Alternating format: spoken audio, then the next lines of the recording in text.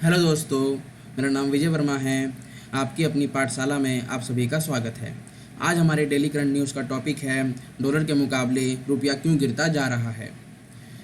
चर्चा के मुख्य बिंदु हैं आज के टॉपिक का रुपए वर्तमान में रुपए की मौजूदा स्थिति क्या है, क्यों गिर रहा है रुपया डॉलर के मुकाबले, कैसे तय होती है रुपए की कीमत। चौथा टॉपिक है उदारीकरण से पूर्व की स्थिति क्या थी, अस्थायी विनिमय दर प्रणाली क्या है, और आखिरी टॉपिक है आज का रुपए के कमज़ोर होने का प्रभाव क्या होता है। सकारात्मक प्रभाव और नकारात्मक प्रभाव दोनों देखेंगे।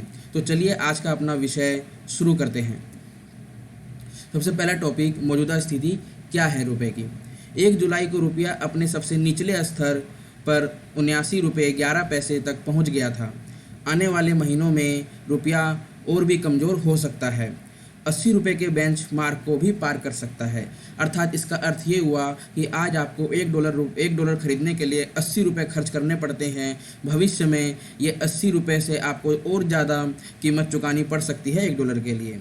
इस साल भारतीय रुपये में गिरावट 2022 में अब तक रुपये के मूल्य में 6% की गिरावट हो चुकी है। हमारा अगला टॉपिक है क्यों गिर रहा है रुपया। इसका सबसे पहला कारण है भू राजनीतिक अस्थिरता और तेल की कीमतों में वृद्धि। इसमें सबसे पहला बिंदु है रूस यूक्रेन युद्ध शुरू हुए 4 महीने हो चुके हैं, जिसका अभी तक कोई स्पष्ट परिणाम नहीं आया है। युद्ध के कारण तेल की कीमतों में अब तक 30% की वृद्धि दर्ज की जा चुकी है। भारत द्वारा 80% से अधिक आयात किया जा रहा है, जिसके कारण भारत का आयात बिल बढ़ रहा है। इसी का प्रभाव रुपए पर भी हमें देखने को मिल रहा है। विदेशी निवेश का बहिर्वाह, अर्थात इस टॉपिक का अर्थ है कि अब जो विदेशी निवेशक हैं वो भारत से अपना रुपया निकाल कर अन्य किसी देशों में निवेश कर रहे हैं। इसका सबसे पहला बिंदु है मार्च माह के बाद से अमेरिकी फेडरल रिजर्व द्वारा बेंचमार्क ब्याज दर में बढ़ोतरी। निवेशक भारत से पैसा निकाल रहे हैं और अमेरिका में निवेश कर रहे हैं। पिछले 1 वर्ष में भारतीय इक्विटी बाजार से $32 बिलियन निकाले गए हैं। डॉलर की मांग बढ़ रही है, परिणाम स्वरूप आपूर्ति में कमी आ रही है। अब हमारा अगला टॉपिक है कैसे तय होती है रुपए की कीमत। कोई एक संस्था नहीं है जिसके द्वारा रुपए की कीमत तय होती है। भारत में एक मुक्त बाजार अर्थव्यवस्था है। रुपए की कीमत का निर्धारण मांग और आपूर्ति के आधार पर किया जाता है। इसके अलावा भी कई अन्य कारक हैं। 1990 के दशक से पहले स्थिति अलग थी, जिसे हम उदारीकरण के पूर्व के नाम से जानते हैं। तो चलिए हम अगला टॉपिक शुरू करते हैं, उदारीकरण से पूर्व की स्थिति। 1990 के दशक से पूर्व भारत में अस्थायी विनिमय दर प्रणाली का प्रयोग किया जा रहा था। सरकार द्वारा विनिमय दर का निर्धारण भारत में RBI द्वारा किया जाता था। किसी मुद्रा का मूल्य एक पूर्व निर्धारित अनुपात में एक अन्य अधिक स्थिर मुद्रा के आधार पर तय किया जाता था। अर्थात इसका अर्थ यह हुआ कि जिस किसी भी देश की करेंसी ज़्यादा स्थिर रहती है, उसी के आधार पर अन्य देशों की करेंसियों को मापा जाता है। जैसे भारत की करेंसी को डॉलर में मापा जाता है, क्योंकि भारतीय करेंसी की तुलना में जो अमेरिकी करेंसी है वो ज़्यादा स्थिर मानी जाती है। इस प्रणाली में कुछ समस्याएं भी हैं। किसी दूसरे देश के साथ मुद्रा जोड़ने के परिणाम स्वरूप कोई देश अपनी आर्थिक स्थिति के अनुसार अपनी मौद्रिक नीति निर्धारित नहीं कर सकता है। 1996 में इस नीति को छोड़ दिया गया।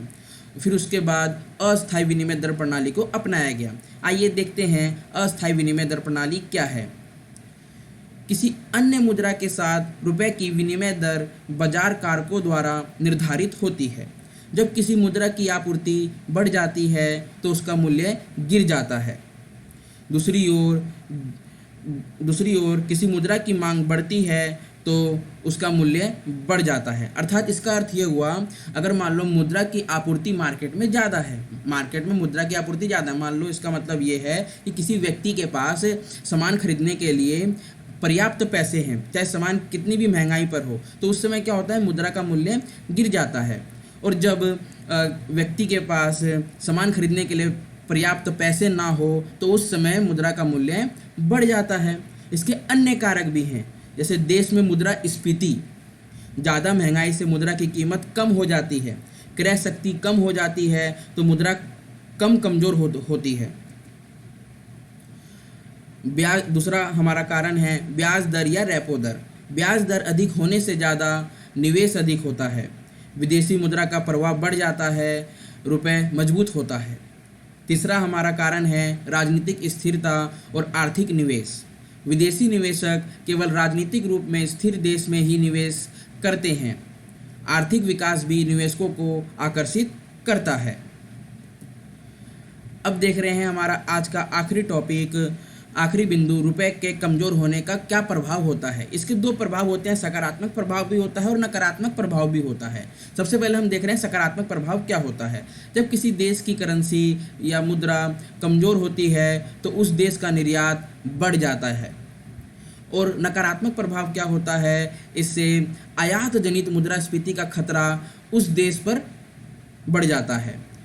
तो आज का हमारा टॉपिक यहीं समाप्त होता है। मेरे टॉपिक से संबंधित आपको कोई भी समस्या हो तो आप मेरे टेलीग्राम चैनल से जुड़ें, जिसका आपको लिंक डिस्क्रिप्शन बॉक्स से मिल जाएगा। मेरे चैनल को लाइक, शेयर, सब्सक्राइब करें। और जो कोई भी मेरे इस चैनल से जुड़ रहा है, नया स्टूडेंट है, तो वो मेरे चैनल को ज़रूर सब्सक्राइब करें और अपने सभी सोशल मीडिया हैंडल्स पर मेरे चैनल को शेयर करें। मेरे से संबंधित किसी भी समस्या या कोई भी टॉपिक समझ ना आया हो तो आप वो टेलीग्राम के माध्यम से पूछ सकते हैं। Thank you.